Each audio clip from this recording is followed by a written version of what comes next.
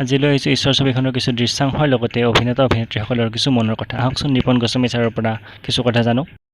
সকলোৱে খুব কষ্ট কৰিছে, ৰুবুলে বিশেষকৈ সাংঘাতিক কষ্ট কৰিছে। সেই চিন্তা মনত পৰিছিল লাহে লাহে কিমান কষ্ট কৰিছিল। ময়ো যথেষ্ট কষ্ট কৰি ছবিখন কৰিছোঁ আৰু ভাল পালোঁ। ছবিখন কৰি যথেষ্ট ভাল লাগিল। মানে ৰাতিপুৱাৰ পৰা নিশালৈকে সেই ছবিখনৰ শ্বুটিং কৰিছোঁ আমি।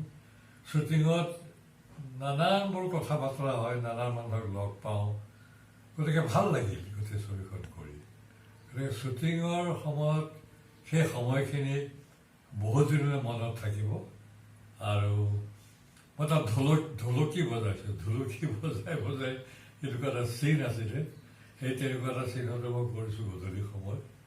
গতিকে ছবিখনত তেনেধৰণে কাম কৰি পুৱাৰ পৰা নিশালৈকে ভাল পালোঁ। কষ্ট চবেই কৰিছে, সমানে কৰিছে আৰু খুব একাগ্ৰতাৰে ছবিখন কৰিছে, খুব মনোযোগেৰে ছবিখন কৰিছে, যাতে ছবিখন ভাল হয়। সেয়াই আৰু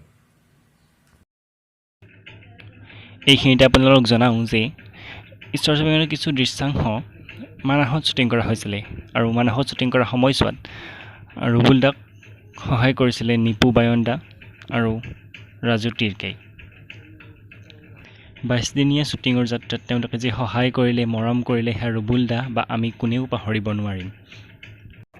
এখন চিনেমা বনাবলৈ যেনেদৰে প্ৰথমতে এটা কনচেপ্ট ৰেডি কৰা হয়, তাৰপিছত স্ক্ৰীন প্লে ৰেডি কৰি আৰ্টিষ্ট ৰেডি কৰি এটা টীম বনোৱা হয়, তেনেদৰে ৰুবুল দাই এটা টীম বনাই তেওঁৰ প্ৰজেক্ট ঈশ্বৰৰ হাতত লৈছিল। কিন্তু কৰোণা মহামাৰী আৰু ধুমুহাৰ গতিত বিভিন্ন দুৰ্যোগৰ পিছতো ৰুবুল দা কিন্তু স্তব্ধ হৈ ৰোৱা নাছিল। যিমান পাৰি সোনকালে চিনেমাখন ওলাই দিয়াৰ কাৰণে দিনে ৰাতিয়ে কষ্ট কৰি আছিল আৰু সেই কষ্ট এতিয়া অব্যাহত হৈ আছে।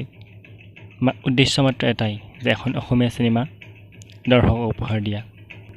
আমাৰ এই কষ্টক, ৰুবুল দাৰ কষ্টক আপোনালোকে মৰম দিব বুলি আশা কৰিলোঁ। চিনেমাখন চাব বুলি আমি খুবেই আশাবাদী।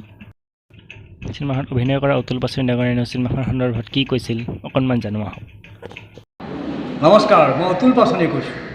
আজি আপোনালোকক এটা সুসংবাদ দিবলৈ ওলাইছোঁ।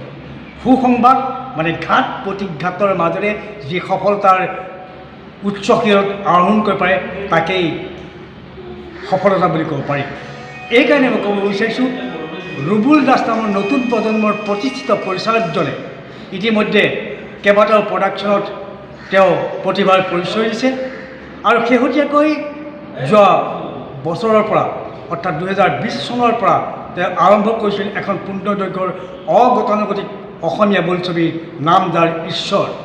কিন্তু ঈশ্বৰৰ কি মহিমা যে যোৱা বছৰ অতিকায় মহামাৰী ৰোগ, কৰোণা পজিটিভ, কৰোণা COVID-19 এইবিলাক অতিকায় মহামাৰী ৰোগে সমগ্ৰ বিশ্বত এক আলোড়ন সৃষ্টি কৰিলে আৰু সমগ্ৰ বিশ্বতে এক আতংকময় সৃষ্টি কৰিলে। এই আতংকময় সৃষ্টিৰ পৰিৱেশৰ মাজতে ৰুবুল দাসে যোৱা বছৰৰ পৰা আৰম্ভ কৰিছিল পূৰ্ণদৈৰ্ঘ্যৰ অসমীয়া বোলছবি ঈশ্বৰ। ঈশ্বৰ এক অগতানুগতিক বোলছবি। কিন্তু অতি পৰিতাপৰ বিষয় যে এই COVID-19ৰ কাৰণে চৰকাৰৰ নীতি নিয়ম উলংঘা কৰিব নোৱাৰি নীতি নিয়মৰ মাজেৰে ছবিখন কৰোঁতে প্ৰায় এবছৰ লাগি গ'ল। লাকি প্ৰডাকশ্যনৰ মেনেজাৰ তথা ছবিখনৰ মুখ্য সহকাৰী পৰিচালক জান দাই এটা নিগেটিভ চৰিত্ৰত অভিনয় কৰিছে।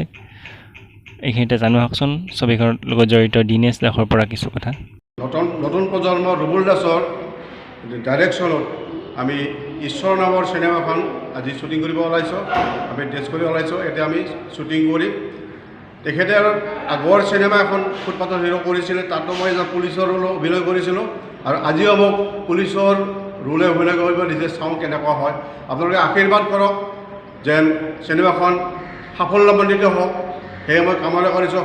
সদৌ অসমবাসীক মই কৰজোৰে প্ৰাৰ্থনা কৰিছোঁ যেন চিনেমাখন আপোনালোকে আঁকোৱালি ল'ব।